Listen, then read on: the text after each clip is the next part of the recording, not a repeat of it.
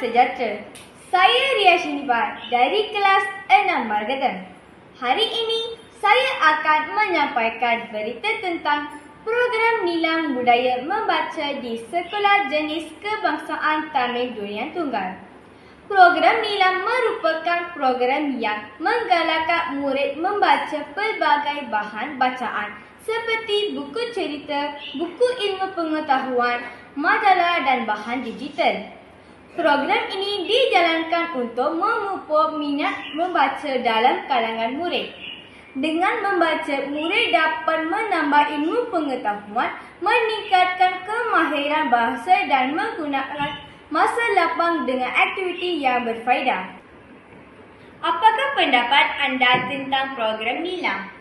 Saya suka program Nilam kerana saya dapat membaca banyak buku yang menarik. Saya juga dapat menambah ilmu pengetahuan dan belajar perkataan baharu. Terima kasih atas perkongsian anda. Selain membaca buku, pihak sekolah turut mengadakan pelbagai aktiviti seperti pertandingan, ulasan buku, sudut bacaan, kelas dan kempen galakan membaca. Kesimpulannya, program Nilam membantu murid membina tabiat membaca dan menambah ilmu pengetahuan.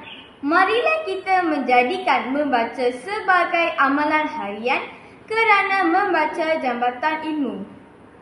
Saya Ria Shinibar dari kelas 6 Margadang melaporkan untuk TVPSS Sekolah Jenis Kebangsaan Tamil Durian Tunggal. Sekian, terima kasih.